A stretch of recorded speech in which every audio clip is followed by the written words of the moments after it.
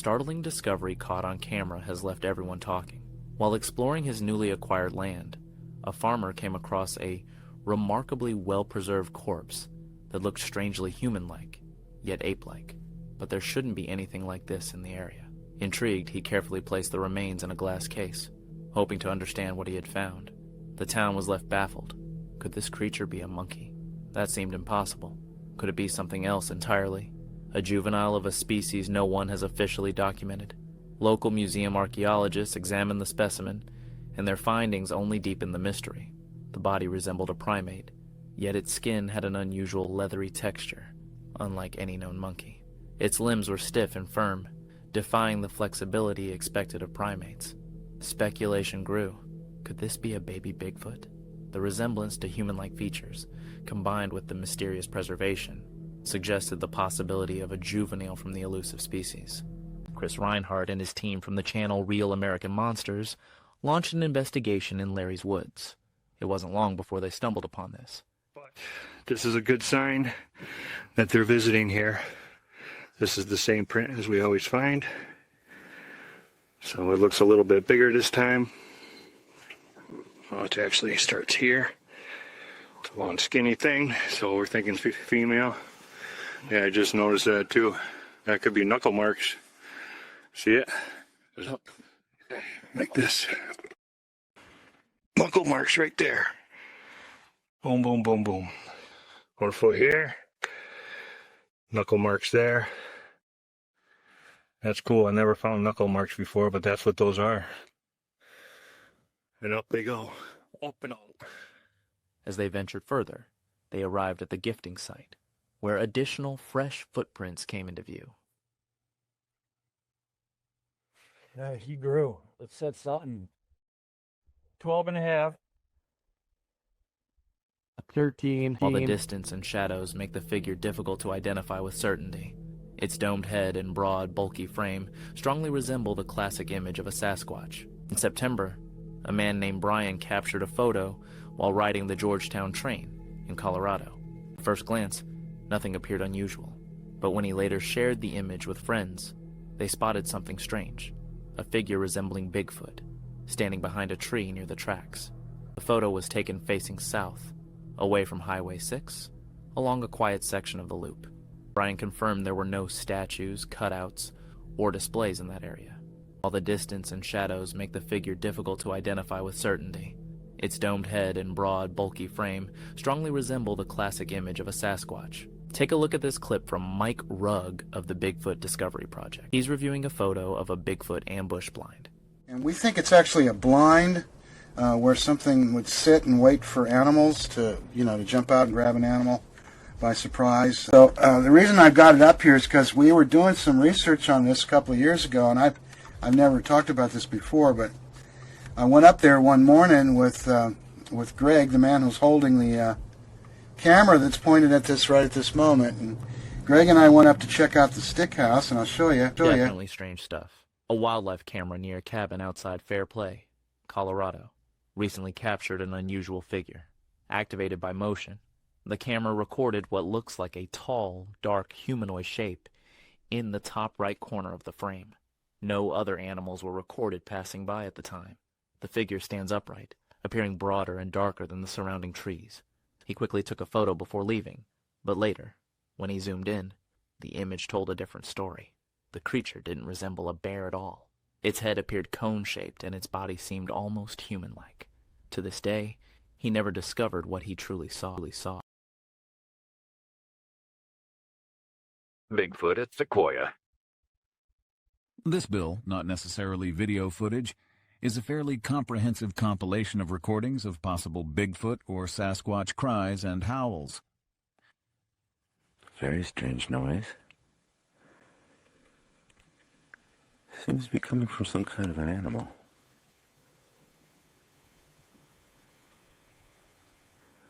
It's been going on for about a minute now. Bigfoot started by shotgun. In this video, you'll see a family target shooting with a shotgun at some undisclosed location. We can hear a helicopter flying above. After a few shots, we see in the background a dark figure leap, then run across the snow-covered field before dropping down on all fours.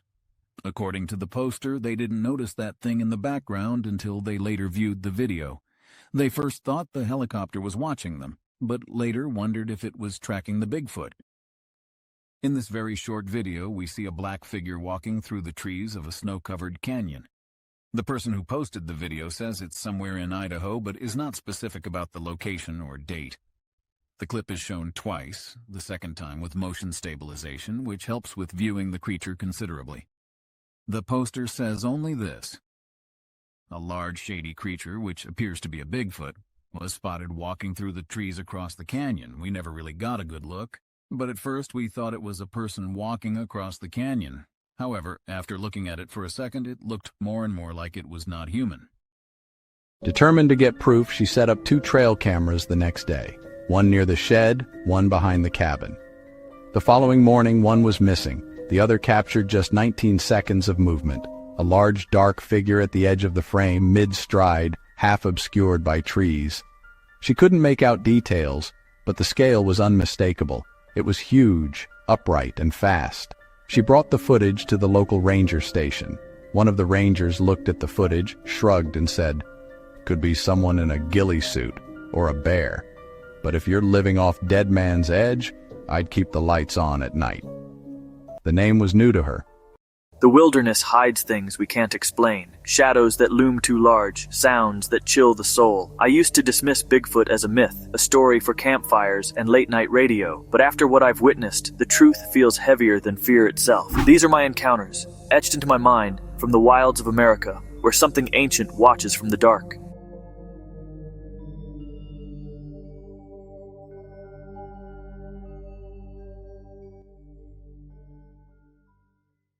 Story 1, The Shadow in the Creek. Location, inspired by BFRO Report 79083, Poplar Bluff, Missouri. It was a sweltering August afternoon in 2025, and I was alone in my truck, rumbling down County Road 448 outside Poplar Bluff, Missouri. The heat shimmered off the asphalt, and the cicadas screamed in the trees. I'd been checking my trail cams along the creek on my property, a ritual I'd kept up for years to track deer. My phone pinged with a notification from one of the cellular cams. A motion alert. I pulled over, dust swirling around my tires, and opened the app. The image loaded slowly, pixel by pixel, until I saw it. A hulking, dark figure standing in the middle of the creek, its silhouette blurred but unmistakably massive. My heart skipped. "What the hell is that?" I muttered, squinting at the screen. I showed the image to my wife over lunch, but she couldn't make it out, just said it looked big. I tried the live view on the camera, but whatever it was had vanished in the 10 seconds it took to load. After work, I grabbed my brother, Mark, and we hiked down to the creek, the air thick with humidity and the smell of damp earth. The gravel bed crunched under our boots, but we found no footprints. No signs of anything. The creek was shallow, maybe knee-deep, with fist-sized rocks lining the bottom. "Maybe it was a bear," Mark said, but his voice lacked conviction. Bears don't stand upright like that, and we both knew it. That night, I couldn't sleep. The image haunted me. Those broad shoulders, the way it seemed to stare right at the camera. I set up 2 more cams along the creek, their infrared lenses glowing faintly in the dark. At 3:17 a.m., my phone pinged again. I fumbled for it, my hands shaking as I opened the app. The new image showed the same figure, closer now, its head tilted as if studying the camera. Its eyes reflected a dull, amber glow, and its fur, matted and black, seemed to absorb the moonlight. I bolted upright, my pulse hammering. The live view showed nothing but the empty creek, but I swear I heard a low, guttural moan from outside my window carried on the humid night air. The next morning, I went back to the creek alone. The air felt heavier, like the forest was holding its breath. One of the cams was gone, its strap torn and dangling from a sapling.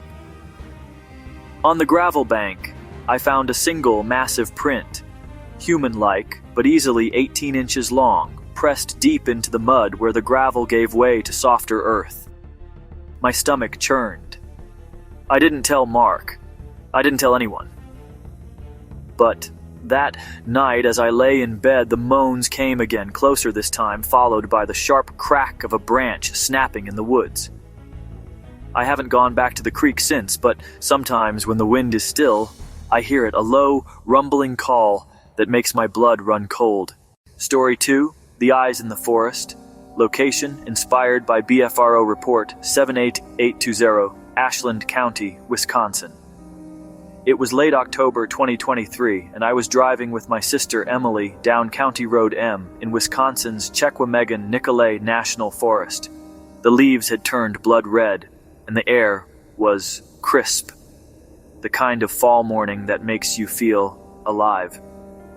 We were headed to Clam Lake, about 3 miles away, when I spotted something on the hill ahead, a tall, dark figure standing on the shoulder of the road.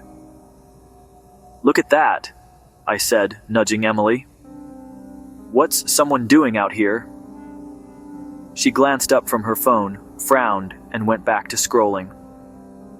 As we got closer, the figure started crossing the road, moving with a strange, fluid stride. It was tall, taller than any man I'd ever seen, and covered in black hair that shimmered in the sunlight. "That's no person," I whispered, my hands tightening on the steering wheel. It reached the other side of the road and slipped into the woods, but not before turning its head. Its face, I'll never forget it, was almost human, but wrong, with deep-set eyes that seemed to burn into me. We locked gazes for a split second, and my chest tightened like someone had squeezed my lungs. "Emily, look!" I shouted, but she glanced the wrong way, out the passenger window. "What?" she snapped, annoyed. I checked my rearview mirror. A car was coming up fast behind us. I had to speed up or risk getting rear-ended. When I looked back to the woods, the figure was gone, swallowed by the dense pines. "It was a Bigfoot," I said, my voice shaking. Emily rolled her eyes. "You're seeing things, Dwayne." That night, I couldn't shake the image of those eyes.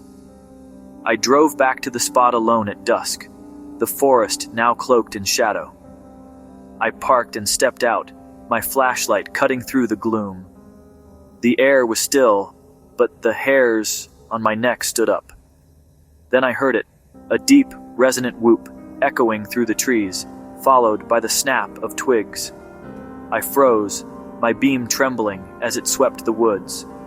Something moved, just beyond the light. A massive shape, darker than the darkness itself, weaving between the trunks. Another whoop, closer now, vibrated in my chest. I stumbled back to the truck, locked the doors, and peeled out.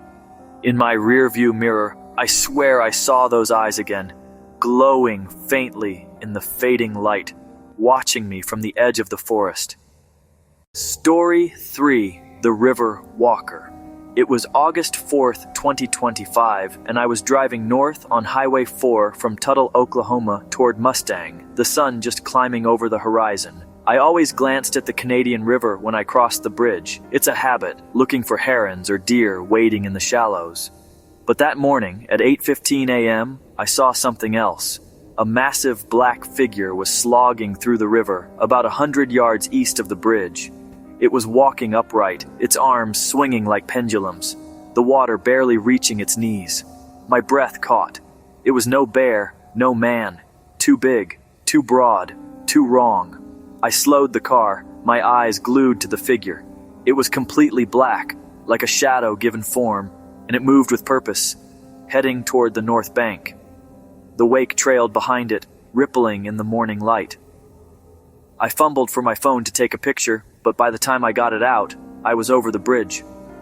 I made a quick U-turn at the next intersection and sped back, my heart pounding. When I reached the bridge again, the figure was gone, the river calm, as if nothing had happened. I pulled over and got out, my boots crunching on the gravel shoulder. The air was warm, but a chill ran through me. I scanned the riverbank, hoping to see tracks or some sign of what I'd seen. Nothing. The sand was too loose, the water too quick to hold prints. But then I heard it. A low, guttural growl, like a dog, but deeper, coming from the thick brush on the north side. I backed away, my hand on the knife at my belt, though I knew it'd be useless against something that size. That night, I couldn't sleep.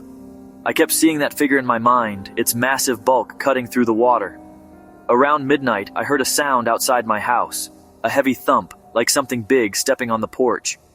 I grabbed my flashlight and peered through the window, but the beam caught only shadows. Then came a knock, slow and deliberate, on the wooden siding. My blood froze. I didn't open the door. I didn't move. The knocking stopped, but for the rest of the night, I felt it. Something watching, waiting, just beyond the walls, its presence as heavy as the Oklahoma heat. In Noah, Story 4, The Whisper in the Fog. Location, inspired by BFRO Report 78900, Deschutes National Forest, Oregon. It was early September 2025, and I was backpacking alone in Oregon's Deschutes National Forest, chasing solitude in the high desert pines. The fog rolled in thick that morning, cloaking the trail in a gray haze that muffled every sound. I'd set up camp near Crane Prairie Reservoir, my tent tucked against a stand of ponderosas. Around 2 a.m., I woke to a strange noise, a low, breathy whisper like someone muttering just outside the tent. My skin prickled. I held my breath, straining to listen. The sound stopped, but the air felt heavy, like something was pressing down on the world. I unzipped the tent flap, my flashlight cutting through the fog. The beam barely reached 10 feet before dissolving into the mist. I stepped out, my boots sinking into the damp earth, and scanned the campsite. Nothing. Then, a sharp crack, like a branch snapping under weight, echoed from the trees.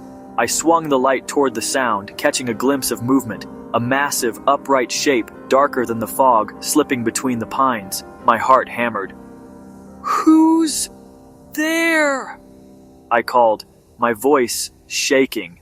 No answer, just the faint crunch of pine needles under something heavy. The next morning, the fog had lifted, but the forest felt wrong. I found tracks near my tent, huge, human-like prints, at least 16 inches long, pressed deep into the soil.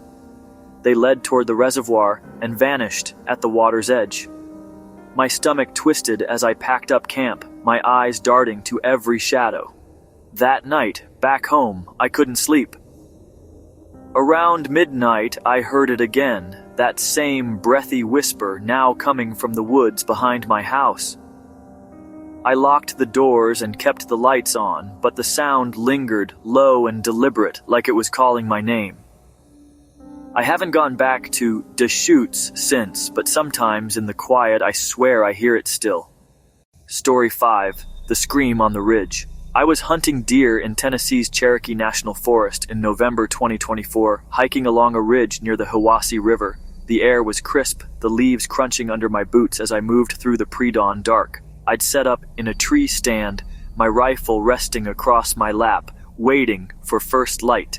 Just as the sky began to gray, a scream tore through the forest, a piercing, guttural wail that wasn't human, wasn't animal. My blood ran cold. It sounded close, maybe 100 yards down the ridge. I gripped my rifle, my breath shallow, and scanned the trees below. The scream came again, louder, followed by the crash of something heavy moving through the underbrush. I caught a glimpse of it through my binoculars. A massive figure, easily 8 feet tall, covered in reddish-brown hair, striding across a clearing. Its arms were long, swinging like a gorilla's, and its head turned, as if sensing me. I froze, my heart pounding so hard, I thought it'd give me away. The thing stopped, sniffed the air, then let out another scream that rattled my bones. I didn't move, didn't breathe, until it lumbered into the trees and vanished. When I finally climbed down, my legs were shaking. I found tracks in the soft dirt, wide, five-toed prints that dwarfed my size 11 boots. They trailed along the ridge, then veered into a ravine. I didn't follow.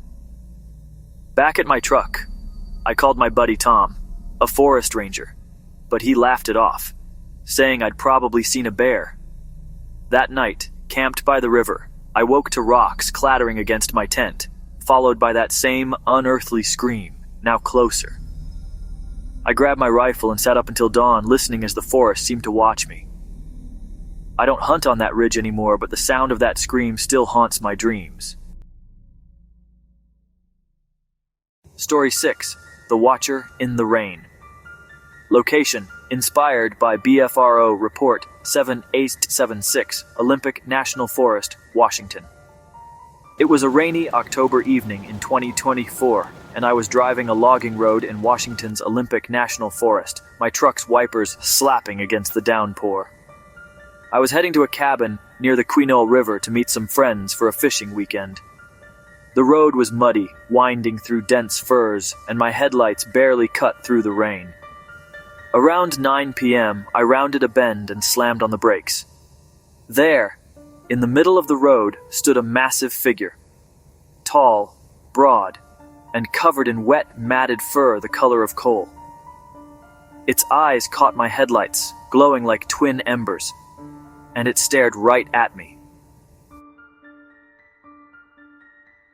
I sat there, engine idling, too stunned to move. It was human-like, but wrong. Too big, too heavy, with arms that hung almost to its knees. After what felt like forever, it turned and stepped into the forest, the trees swallowing it whole.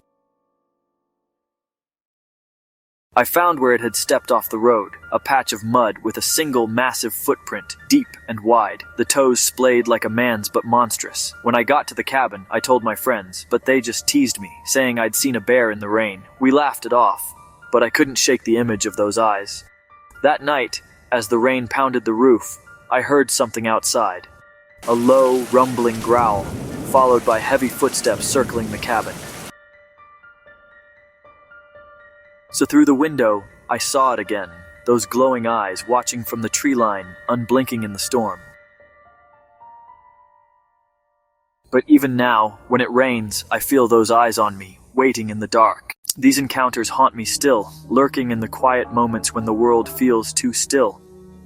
Whatever I saw, Bigfoot, monster, or something older, knows the woods better than we ever will. If you wander deep enough, listen for the whispers, the screams, the eyes in the dark. But be warned, once you see it, you'll never feel alone again.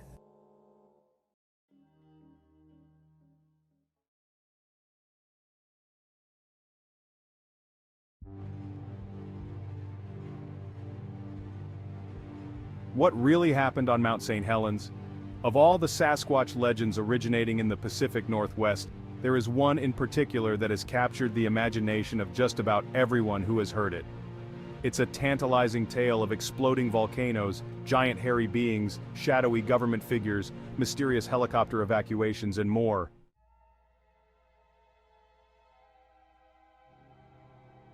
The story begins on May 18, 1980, when Washington's Mount St. Helens, one of the most beautiful peaks in the Cascade Range, exploded in a catastrophic eruption, killing dozens of people and thousands of animals and raining destructive rocks, ash and debris across the region. After the eruption, a thick flow of ash, mud, and fallen trees choked the rivers and streams and smothered what had once been healthy forests. The U.S. Army Corps of Engineers and the National Guard were called upon to help in the rescue and recovery operations.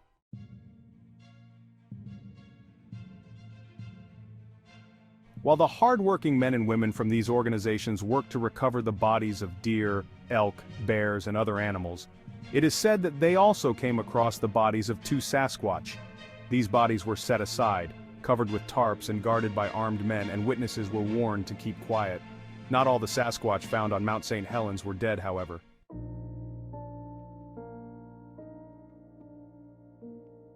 One purported witness states that he and other men were told to follow a very large, hairy, man-like creature with a sad demeanor and a burned arm into the forest. They stopped at several isolated, rocky areas with caves, and each time they stopped, the creature would make a strange sound. Sometimes there would be no answering call, while other times, a second creature would respond with the same sound. Using this method, the rescuers were able to locate some badly burned Sasquatch, who were then brought into the camp for medical attention. According to the tale, at the end of the rescue mission, there was a debriefing, during which the witnesses were told that the Bigfoot creatures lived in the forest and just wanted to be left alone. They were asked to keep quiet in order to protect the few creatures that were left.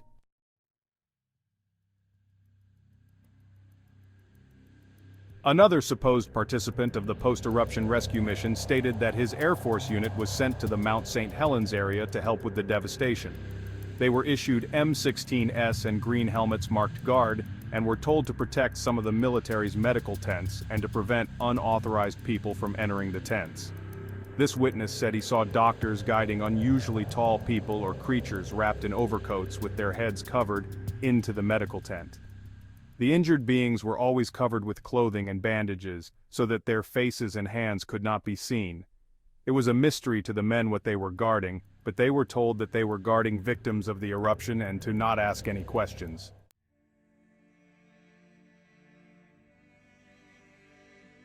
In most versions of the story, the rescuers completed their missions and moved on, without ever finding out what happened to the beings involved.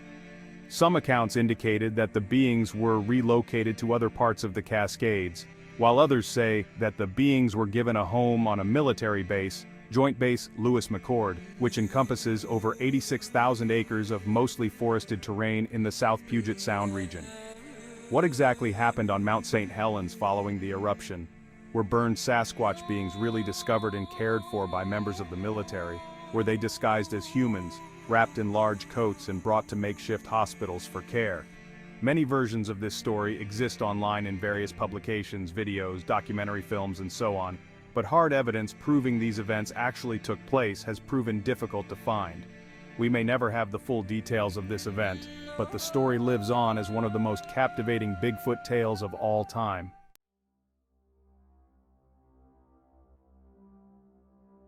In the heart of Alaska's Tongass National Forest, a group of hunters set out on what was supposed to be a routine grizzly bear hunt.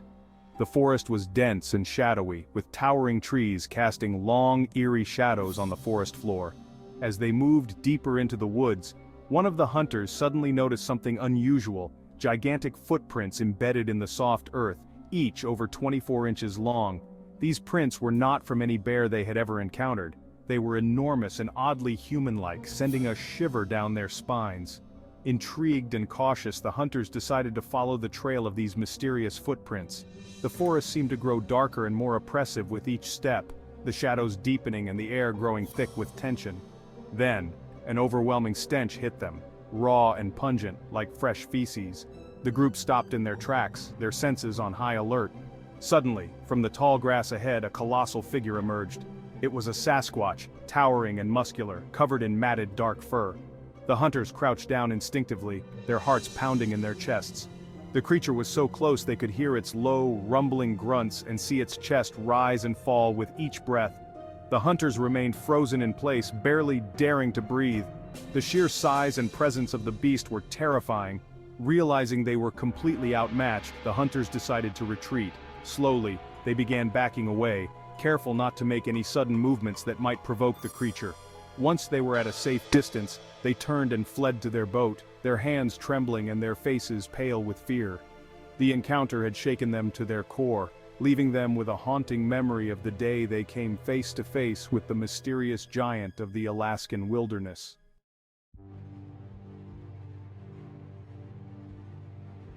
In a remote, desolate part of Alaska, two seasoned hunters found themselves on a caribou hunting expedition, miles away from the nearest sign of civilization. As they moved through a clearing surrounded by towering trees, they noticed a strange figure in the distance. At first glance, it appeared to be a large bear standing upright, but something about its movement caught their attention. The figure was walking upright between the trees, moving slowly and deliberately, almost as if it was aware of their presence. Its stride was too smooth and fluid for a bear, and its gray fur seemed to shimmer in the dappled sunlight. The hunters watched in silence, transfixed by the creature's unusual behavior. It was unlike any animal they had ever seen. As they continued to observe, the creature disappeared into the thick brush, leaving them with an unsettling feeling in the pit of their stomachs. The hunters exchanged glances, both of them thinking the same thing. They had heard stories about the Hayman, a legendary creature rumored to inhabit these parts. Now, standing in the silent wilderness, they couldn't shake the feeling that they had just witnessed something extraordinary, something that defied all logic and understanding.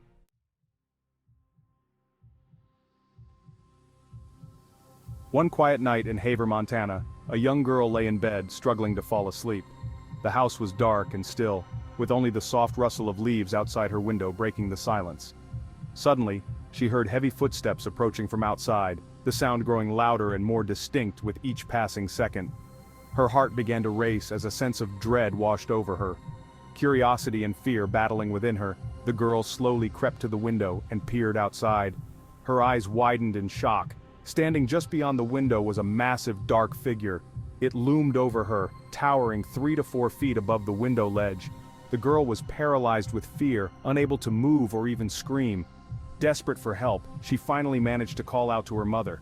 Her mother rushed into the room, and together they stared in disbelief at the creature outside. It stood there, almost motionless, its presence dominating the night. They could see that it was at least 7 to 8 feet tall, with broad shoulders and a muscular frame. The fear they felt was unlike anything they had ever experienced, intense, primal, and all-consuming. The creature eventually moved away into the darkness, leaving them shaken and terrified.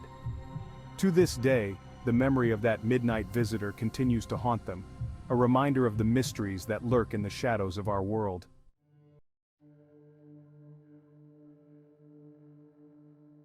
A teenager decided to go on a solo camping trip in the wilds of Louisiana, seeking adventure and solitude. For the first few days, everything seemed normal. He set up his camp near a tranquil creek, enjoying the peace and quiet of the natural world. But as the days passed, strange things began to happen. At night he heard bizarre noises, rustling in the bushes, low growls, and distant echoing calls. In the mornings he found odd tracks around his campsite, unlike any animal tracks he had ever seen. A foul, pungent odor occasionally wafted through the air, making him uneasy. One evening, as the sun dipped below the horizon, he spotted something on the other side of the creek. It was a massive figure, standing upright, staring directly at him. The teenager's breath caught in his throat as he realized what he was looking at, a Bigfoot, towering and muscular, its eyes fixed on him with an unnerving intensity. Panic set in, and he grabbed his flare gun, firing a bright, sizzling flare into the air to signal for help. The creature remained still, seemingly unfazed by the flare. The teenager could feel the weight of its gaze, the sense of danger growing with each passing second. Finally, unable to take it any longer, he turned and ran, not stopping until he reached the nearest road.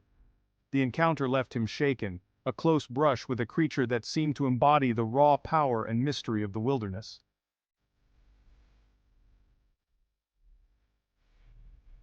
The bonfire terror in Oklahoma. In Oklahoma, a group of friends gathered around a roaring bonfire in a gravel pit, enjoying a night of laughter and stories under the stars. As the flames crackled and danced, one of the friends noticed a pair of glowing orange eyes high up in a nearby tree. Thinking it was just an owl, they pointed it out to the others, who squinted into the darkness to get a better look.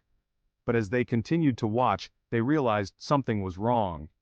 The eyes were too far apart, too high up, and glowing with an intensity that was anything but natural. Slowly, a massive, hairy figure began to emerge from the shadows, its enormous body silhouetted against the dim light of the fire. Panic spread through the group like wildfire. Without thinking, everyone bolted in different directions, running as fast as they could to get away from the creature. In the chaos, one boy was left behind. As he ran through the dark woods, he could hear the creature crashing through the underbrush behind him, getting closer and closer with every step. His lungs burned, and his legs felt like lead, but sheer terror drove him forward. Finally, he burst out of the trees and into the open yard of his house, slamming the door shut behind him. For a moment he thought he was safe, but then the creature began shaking the house, banging on the walls with such force that he thought it might tear the place apart. The assault continued for what felt like hours, but eventually the noise stopped, and the creature disappeared into the night, leaving the boy and his friends with a story they would never forget.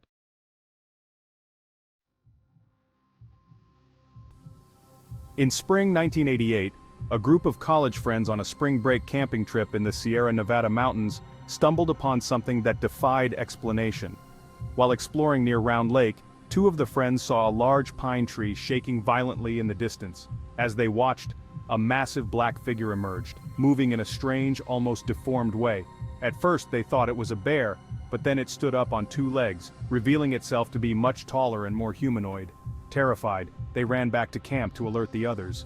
As the group gathered, they noticed strange lights in the sky and heard eerie moans and whoops coming from all around them. The sounds grew closer, and they realized they were surrounded. In the dim firelight, they saw a large silvery figure darting between the trees, its eyes glowing red in the darkness. Then, the most horrifying sight of all, a Sasquatch, standing over 11 feet tall, watching them with an intense gaze. It breathed heavily, each exhale a loud growl that sent shivers down their spines.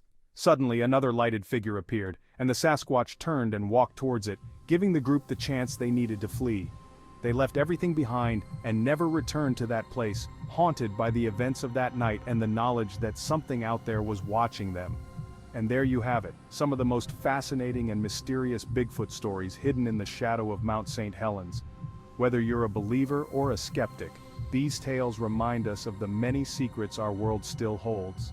If you enjoyed this video and want to hear more about the unexplained, please consider subscribing to our channel for more intriguing content. And don't forget to share your thoughts in the comments below. What do you think about these forgotten Sasquatch encounters? Could there be more stories out there waiting to be uncovered? Until next time, keep exploring the unknown.